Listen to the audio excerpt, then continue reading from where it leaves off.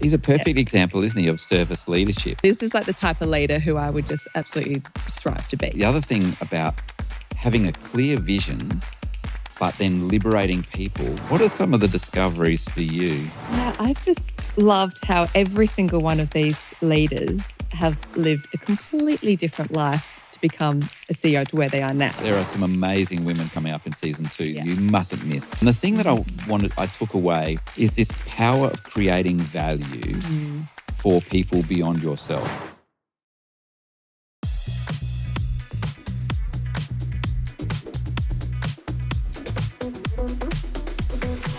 Millie, it's great to be back here in Matrix Studios here in Adelaide. For those of you not in Adelaide, we've been doing all of our podcast episodes here at Matrix Studios with Nick Boundy. It's been fantastic. So if you're thinking of doing it yourself, you should hook up with Nick. Millie, it's great to be back here with you.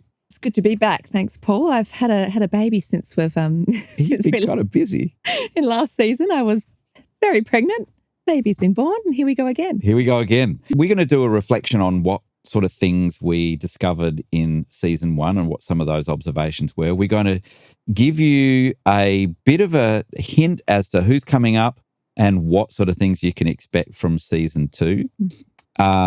Some of the interesting discoveries we made almost by accident in season 1 for me, and I would have thought, having been a CEO for such a long time, I expected to know this, but as the 2 seasons have unfolded, noticing that there is 4 really distinct kinds of CEOs in terms of the founder CEO, a person who may or may not have set out to be a CEO, but they founded an organization or a company and they pursued it.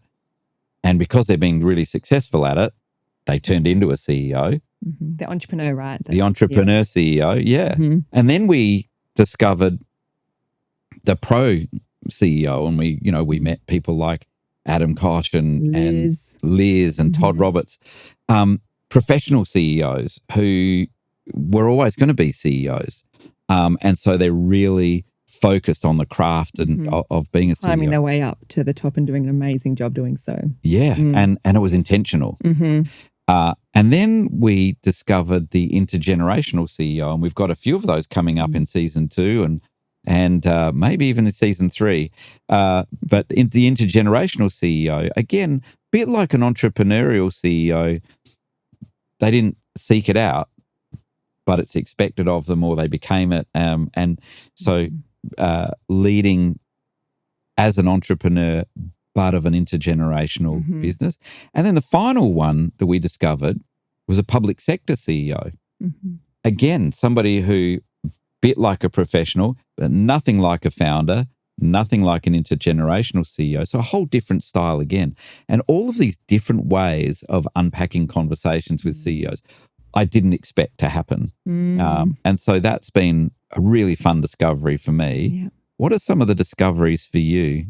Yeah, I've just loved how every single one of these leaders have lived a completely different life to become a CEO to where they are now. Like you think, you go to university and you study a certain thing, you learn to become a CEO, and there's one book that tells you this is how it's done. There's no such thing. Yeah. And I find that really fantastic that every single one of these leaders, a lot of them have very similar traits and similar values, but all very different stories on how they got to where they are today. Our listeners will notice that the first question Millie and I ask every guest is, what was your first job? And in season 1, everybody had a pretty low level first job except one. Do you remember who that was, who had the coolest first job? That was definitely Brent Riley. Yeah. My first job was a professional athlete. Yeah. Okay. Cool dude. Everybody else was like a throwing newspapers and well, and isn't that an interesting thing to follow up maybe in a further episode, would be how many of the first jobs that started people off on the CEO journey, how many of those first jobs still exist? Yeah. That would be really interesting. I think we need to go back and unpack that a bit more and I reckon. share that, because that would be really interesting. I don't think there would be many jobs that would exist these days. Yeah. So if you're a young person who's thinking about being a professional CEO or being a founder CEO, is pretty straightforward. Found yourself a business and become the boss. Yeah. That's pretty straightforward. But these first jobs of pumping petrol, delivering newspapers, doing all those sort of things, where do you do it now? Yeah, great. That would be interesting. Yeah.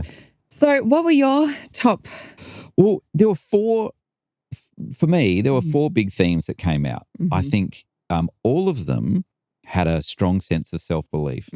Yeah. None of them were arrogant, though. None of them were I didn't get bombastic or any of those vibes. But they had this self-belief that, and one of the questions we ask pretty regularly, and we'll keep asking regularly, is when did you realize you weren't normal? Do you remember I asked you that question? Yeah. Because part of deciding to be a founder or a CEO is there's some self-belief that you can or should or could lead something cool.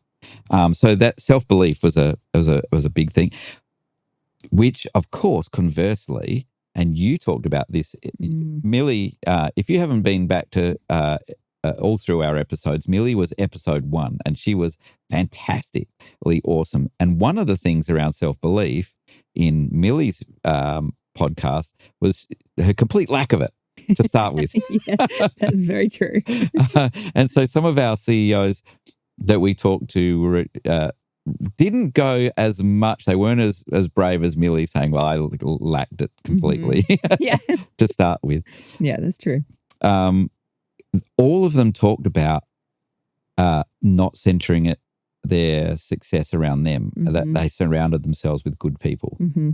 And one of the things, that was the secret to I felt embarrassed often when I won awards for my time as a CEO.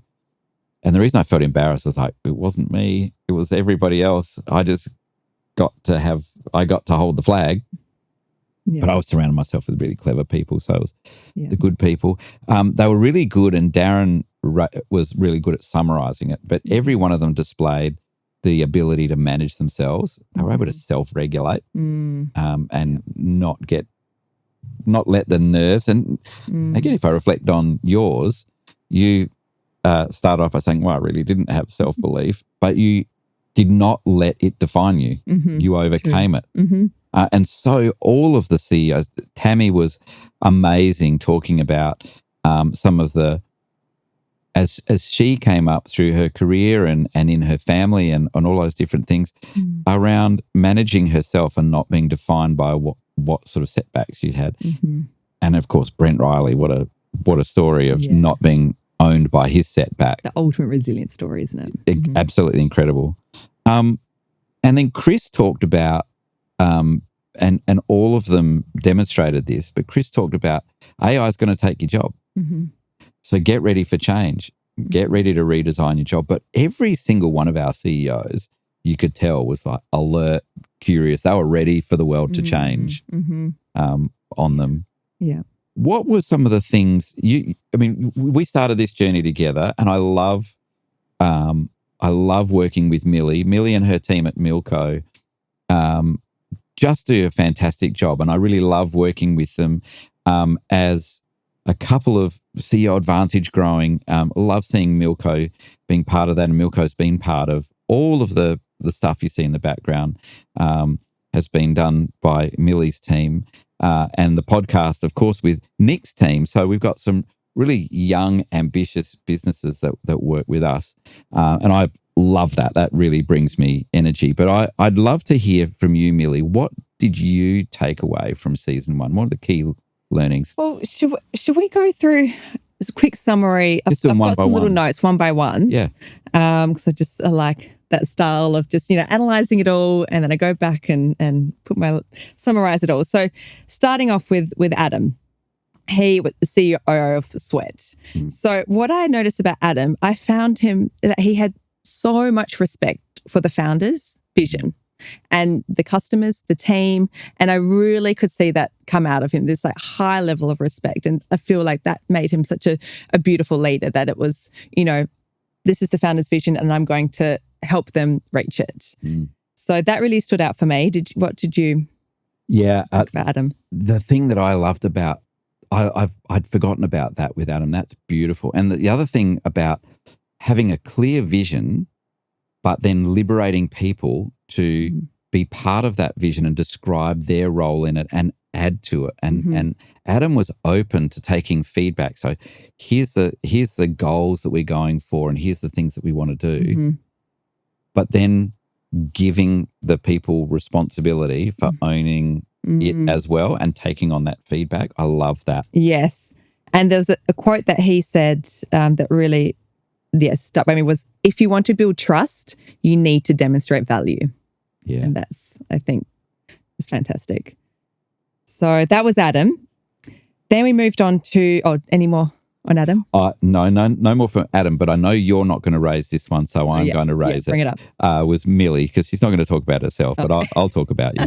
Go back to one of go back and listen to Millie's podcast, and she's just got this one line in there which just still blows my mind. I repeat it all the time, and that is, I went on maternity leave with my first child, and I had some time on my hands, and so I started a side hustle. It's like Millie's the first woman that I've heard say she went on maternity leave and had time on her hands. What that demonstrates is this abundance mindset, as opposed to so many people get busy and they fill up their mind with, I'm busy, I don't have time, or I can't do things. But you had this beautiful oh, well, no, I have time, and I have a little bit of extra time, so I'm going to use it. So a really great example of an abundance mindset of somebody who can do things, as opposed to filling up reasons to not do something. Yeah, that's true. That's amazing. Yeah, it's funny. I've never thought of myself as having an abundance mindset, but I really think that, makes sense. I do. I feel, I don't know. You said it. You do. So I do now. Own it. Yeah, I'm going to own that. All right. Can we go back to the guests? Yeah. Or do we, okay, cool. Liz. I love Liz. Liz is the type of leader who I would just absolutely strive to be. She just is so authentic, so approachable. And that word approachable, I think would be such a standout for any employee working for Kudos. I believe that she's would be incredibly approachable, genuine, focused, and determined. I feel like that's what kind of came out for me. I really admired that she was talking about how she really encourages her team to speak up and climb up, and passionate about building a positive culture and growing a company with the entire team. Yeah, it's with everyone. We're all building it together type of mentality. She has this level of self-confidence without being arrogant, and she was not afraid to show her vulnerability, and had a willingness to take a risk even if she didn't know what the outcome would be. That was one of the quotes that she said, be able to take a risk even if you don't know what the outcome would be, just go for it. So I really loved her episode. It's an amazing style of confidence that she exudes, isn't it? It's this quiet confidence that's like, I'll have a go. Or if there's a challenge, for her to say, well, I'm the one to take it on. Leave it with me. Yep. And her, as a young person, her sense of drive, she knew that she wanted to work at SYC, and that was the place where she was going to deliver her purpose that she saw in that time that she was at SYC. So she said, I'll take whatever job. So she started as a receptionist. I'll start at the bottom and I'll eventually run the place. And she knew that pretty clearly from an early age. And now she runs Kudos as a CEO. But she had a pretty clear picture of that she was going to lead things right from the start. Yeah. But it never comes across as arrogant. It's just this quiet confidence. Quiet confidence. Love it. So then there was Brent Riley. He's fantastic. I really getting some of those ins and outs of what it was like playing for Adelaide Crows was really interesting, and hearing that it's actually one of the toughest clubs in the whole competition to train for, and that level of building this discipline and this resilience, like, would be fantastic. Like, I'm not a sporty type of person, but I cannot imagine the level of discipline that would be required that he would have learnt through playing with Adelaide Crows to applying that now to, in his day-to-day and through his consulting. Yeah, and I think for all of us as we're coming up through the ranks, and generally, in your late teens, early 20s coming up through the ranks, what world makes every single one of your mistakes so visible? Like, I got to make most of my mistakes when nobody really could notice too much. And I think most of us do. Yeah, same. But boy, if you're in the spotlight, like a professional athlete, like, and in a town, in a 2-team town like Adelaide, and if you remember his reflection on just making comments that young people make, making headlines in the newspaper. Yeah, and how brutal the media can be. Brutal the media, how belittling that can make you feel. Yeah. And critiquing. Imagine being at work and having the media scrutinize you week on week. And as he said, they're not saying, well done, didn't you play a great game? Yeah. And looking for you to go do well. Yeah. Tough way of coming up through the ranks. Yeah. And he also talked about, both of you talked about the conversation about being successful and a good person. Yeah. Yeah, that was a great part of the conversation, wasn't it? How easy it is for celebrities and well-known people to drink their own Kool-Aid. And he said, and he was really open, wasn't he? He said, well, I had through patches where my head got a bit big, but the team brought me back down to down to earth. That was great. Yeah. You also in that episode talked about the power of how to give good feedback. Yeah. Did you want to chat a little bit more about? Yeah, Brent. Brent's really good at delivering, just in a matter of fact kind of way. I think for many, many, many teams, and many, many managers coming up, they don't speak plainly. They make oblique references, they hint, they say they're fine when they're not fine. And so David Morrison, who was the head of Army in Australia, made a quote that gets used a lot. The standard you walk past is the standard you accept. And Brent's not one of those people that lets that go. But having the ability to say, if we're having a conversation, Millie, and the hardest feedback to give is the feedback to somebody you like. And you don't want to hurt their feelings. But the art of feedback is to be able to frame it saying, look, Millie, I'm not intending to hurt your feelings, but I do need to give you some feedback around something. Can I have your permission to give it to you? It's a nice way of framing it. And so the power of giving good feedback and making it productive, as opposed to, and what was fabulous about Brent is he was never going to abide by people talking about it in the back room. He was going to tell you. Yeah. And that's some of the most valuable, and he wanted it as well. Please tell me, I want to be the best. Tell me to my face and might not like it, but I'm going to go do something about it. And there was a little bit about how men are more likely to give honest feedback than women. And I thought that was interesting because I know for sure that is something I definitely need to improve on as a leader, is learning how to give good feedback. Yeah. And because I don't like hurting people's feelings. So I really need to, but if I don't give feedback, then I'm actually I'm hurting them even more in the long run. So that was a good one. That was a good one. Andrew Nunny. He was fantastic. I really loved having that conversation. some of the things, and especially like where the position that I am now in my business, like I feel like Milko is going to, we were side hustle 5 years ago. We've now got a humble team of 5. We're now thinking about, okay, actually, we've just been winging it up until now. We need to think about our systems and process in place. And Andrew Nunn said, you need to make sure that you're planning for growth and you need to plan for the systems.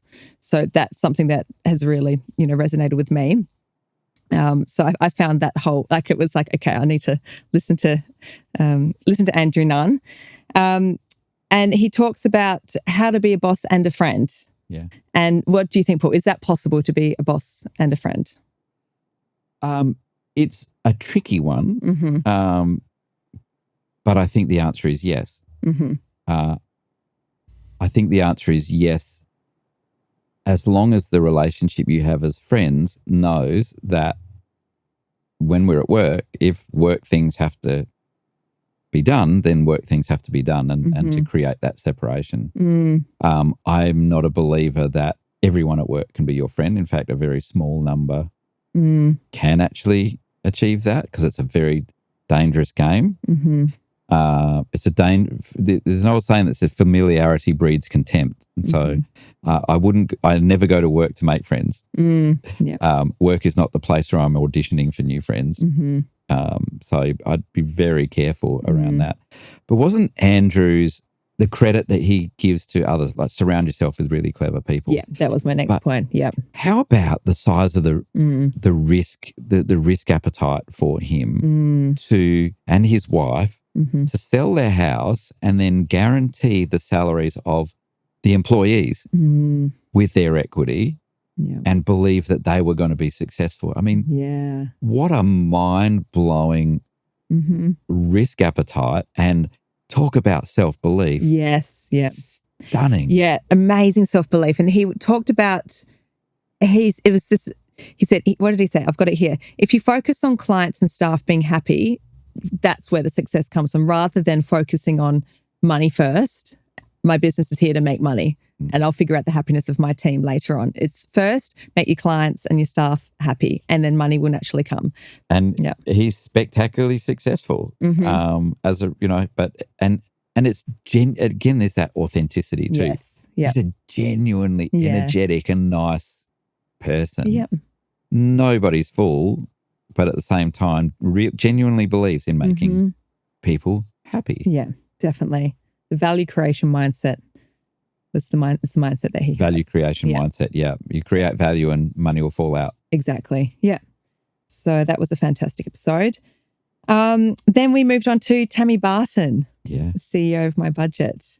Yeah, what always, obviously being a female, love all the female episodes. I just find their stories so inspiring. All about building business when you're young, and it's not too late to start over mentality. Like, just start it at whatever age. Yeah.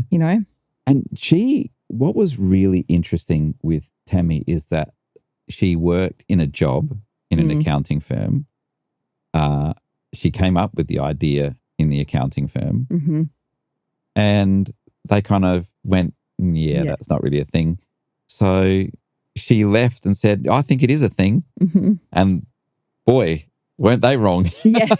Because her thing really was a thing.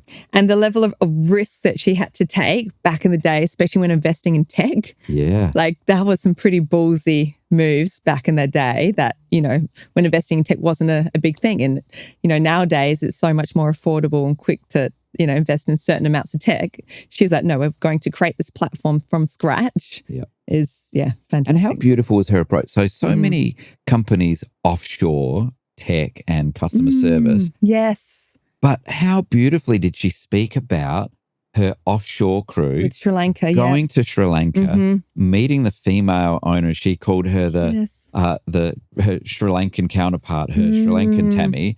But she genuinely loved that offshore crew and flying there and making them part of my budget. So true. Like, I know many companies these days are embarrassed to say that they offshore or they outsource, but I think it's a smart way of doing business, and especially when you can involve them part of your team, part of your business, and really celebrate them. I think it's beautiful. So that was a good one. I was like, I hope a lot of leaders can Can notice that. can notice Yeah, because that. it's Yeah. not when you think about what she did, you go, well, it's not a big deal to fly to where you fly to the Philippines, fly to Sri Lanka, fly to India. If that, it's not that big a deal, but lots of people don't think of it. But there's Tammy. It's like she wouldn't have not thought of doing it. They were part of her. And crew. she knew that, some of the smartest people in the world were in Sri Lanka in tech and AI. So, yeah, she's like, I'm going to, they're going to be part of the team. So, so good. Yeah, that was a good one. Speaking of AI, we had Chris, then a deep expert on AI, talking about AI and how, and we flat out asked him, will AI take your job? And he said, yep. I was like, I'm not sure everybody wanted to hear that. But maybe that is what they needed to hear. And he said, look, it's not going to take it. It's not going to take your job.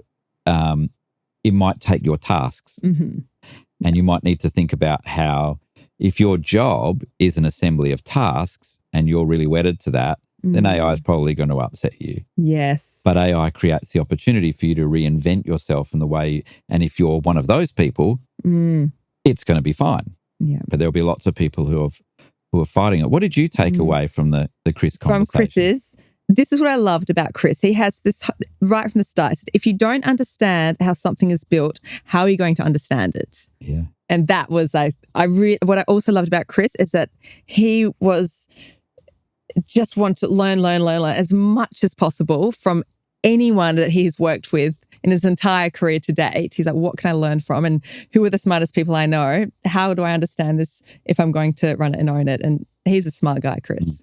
Todd, what a cracker. Yeah. It was Todd. I wasn't there in that episode, but listening to the two of you together, that was fantastic. Interestingly self-effacing. Yeah. So as a physical presence in the room, Todd's a big fella, and he's got a really steely gaze, and he looks really confident. But wasn't he so self-effacing around how important his people are? Yeah, and starting from the hospitality sector. Yeah. And we've got episode Chloe's coming up as well in the next season, and she also started from the hospitality sector. Yeah. And there's a certain, you get this natural understanding of how to approach customers, how to speak to your team, and have this feel good. Like I just got feel good vibes from Todd. Yeah. And if he's letting off those vibes as a CEO, they're trickling down, like that culture must be. Well, he's a perfect example, isn't he, of service leadership, where this idea, or the servant leader. So there are some leaders who are like, follow me, I know the way. Todd is more like, well, I'll stand behind you and you all lead it, and I'll direct from behind. Yes. And that whole idea of servant leadership, he's a good example of that. Empowering people to do their job and run their divisions was a big part of, what Todd's leadership is all about. And that's a double-edged sword for young executives coming up.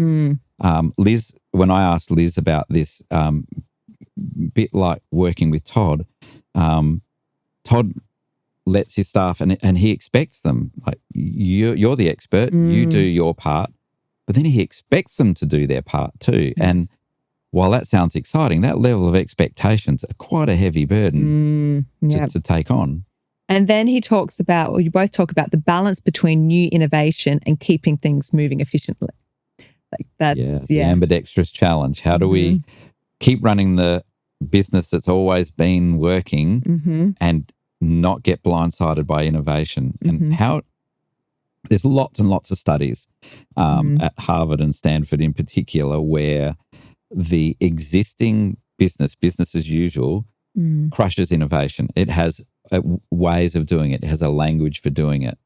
And the ambidextrous challenge for CEOs like Todd is, how do we keep responding to a changing world and innovating in a highly regulated, old member-based organization? Amazing ambidextrous challenge, but it'll be very easy to have an easier life right up until the business falls over, to not innovate and to let your business kill innovation. Most businesses, by the way, for you running businesses or wanting to lead them one day, most businesses crush innovation within their own business. And that's how competitors get you.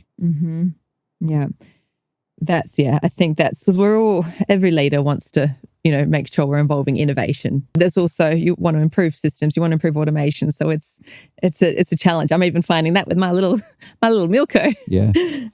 So I can only imagine. It's a wicked problem in the not-for-profit sector, right? Because there's lots of not-for-profit organisations who've been around for a really long time and they're really worthy, and this is what we're known for. Mm-hmm. But the world changes and they don't have a lot of margin to spend on technology. They don't have a lot of margin to spend on innovation. And in lots of innovations, remember, are iterative. So you kind of waste early versions. And in the not-for-profit sector, they don't really have that mindset. They run off the smell of an oily rag, or they say, we've always done it this way. Mm-hmm. Then things like the NDIS come along, and they've gone from block funding and working a certain way. NDIS comes along and says, okay, now it's client-driven and market-driven, and you've got to completely change your way. And there are many, many, many organisations in the NDIS space who are really suffering under the inability to change. Yeah, yeah.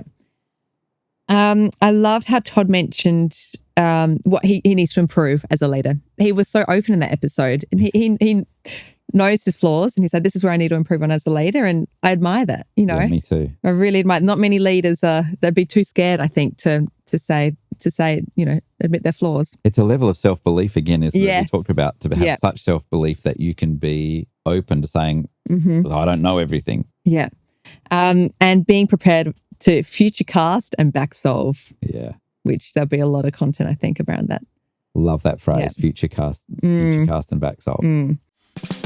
In my 25 years as a CEO, one of the hardest things to find was a consulting and advisory firm where they'd actually been CEOs.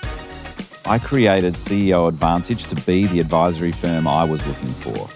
Go to ceoadvantage.com.au and find out how we can help you and your team be the best in the business.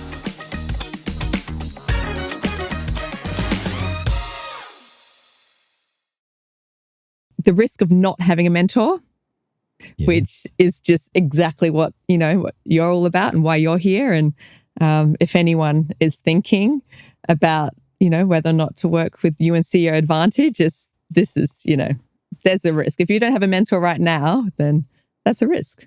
If you're spending too much time in your own head, you're hanging around in a bad neighbourhood. So that was Todd. And we talked about Chris's episode. The last one was Darren Fleming's. How fun was that? What a great way to finish season 1. So good. Really, it's such a good vibe. And I think he wasn't woo-woo, but it was so, it was all about understand, the universe is out there, and it's this feeling of energetic. Like if you're choosing to go to a certain direction, for example, let's say I've chosen to be part of the CEO Advantage because I know I get this feeling of this energy, like this feels so good. Like I know that there's something about being part of this project that is going to lead me, I don't know where, but there's this certain energy. And he talks a lot about that, which not a lot of people talk about, energy and universe and blah, blah, blah. But he does it in such a way that is, not woo-woo. Yeah, it was practical. You could connect with it. And the examples he gives around, and I plagiarize this from Darren all the time, let the energetic sensation pass through your body. And it's such good advice. It's like when you get worked up about, you either get overexcited or you get really mad or you get triggered by something. And Darren would say, so don't make a decision yet until let it pass through, let the chemical flood go away, and then make a decision. And it's just, as you say, it's not woo-woo. It's like as soon as you think about it, you go, what happens is a stimulus happens, chemical flood happens. The worst decisions we make is when we rather we're on an amygdala high or low, and we make bad decisions we regret. And he says, well, the trick is, it's not rocket science. The trick is let it pass through your body and then decide. Definitely not woo. I think that is risk management 101. Every highfalutin risk manager who's got Excel spreadsheets and Gantt charts on risk management, number one should be let the energetic sensation pass through your body before you decide. Yeah. Great advice from Darren. Really good advice. and a simple one. He's such a happy guy. He just chooses to be happy. He's like, it's really simple. Yeah. If you want to be happy in life, just be happy. Yeah, wasn't that great? If you want to be happy, don't be unhappy. Yeah. Like, okay. All right, cool. Thanks, Darren. But I think one of the best questions that sums up the whole season that was asked, that you asked him in that last episode, is what makes a great CEO? Yeah. And this is my take from it. There is no right or wrong way to be a great CEO. Like, that was absolutely evident between all the guests that, we've been interviewing. But if you can go to sleep at the end of the day knowing that you've done the right thing and you have been the absolutely best leader you possibly can be, then great. If you go to at the end of the day you get, I felt a bit of a fake and a phony. I should probably, I did a couple little white lies here and there, and that energy sits inside you. And he called it a mental disturbance in your mind and body if you're not being true to yourself. And that was, I found, it's basically summarizing what it means to be authentic. Yeah. I think he just described that beautifully. He did so well. There was a lecture this week in Adelaide by Dr. Gabor Mate. Oh, yeah. And he connected a lot of chronic illness to unresolved trauma and pushing down. And Darren really talked about that in a leadership context of saying, when you're pushing down your authentic self and you are, as you say, telling little white lies or cutting corners or all those sort of things, they come back to haunt you. They either come back to haunt you in your business or they come back to haunt you in your health. And it was really great to have someone like Darren finish off season 1 to remind you that, like, manage yourself if you're going to manage other people. Yeah. Let's kick into season 2 coming up, shall we? Because we've got a really cool season coming up now. And our first guest, Millie, you introduced us to Elizabeth Funk. So you tell the Elizabeth Funk story. So good. Yeah. So Elizabeth, she was one of the first female. So she's from America, United States, our first guest from America. Very excited about it. She was part of the founding team in Yahoo. Yeah. And so she was part of the .com boom and has some wicked amazing stories that she shares in that episode, and talks about her involvement being the CEO of Dignity Moves. Like, she is pretty much solving the homelessness issue in America. Yeah. It's been starting in California. Like, it's phenomenal. So I worked with Elizabeth during my days in San Francisco. So yeah, awesome episode. Can't wait. Anybody who's been to San Francisco and seen what a wicked problem homelessness is there, it's like amazing what she's doing. Yeah. And she talks about the embracing crazy. Yes. It's the crazy people that come up who think they can change the world. And she says, and crazy is a compliment. And she's such a great embodiment of daring to imagine better. She doesn't accept homelessness. And at Yahoo, but she says, she was building e-commerce platforms before really that was a thing. Like, she pretty much invented e-commerce. Yeah. In my mind. Like, she's just absolute powerhouse. Yeah. So she spent a career daring to imagine better and then delivering. Yeah. So good. Don't miss Elizabeth. Then Tammy was the first one to mention Fearless Females. And then we met 2 more founder CEOs where we met a founder CEO in Kelly Jamison, founder of Edible Blooms with her sister. Yeah. I love that podcast. I love talking to Kelly, and I could have talked to her for 3 hours instead of 1.5. But she then picked up the Fearless Females thread that Tammy had mentioned.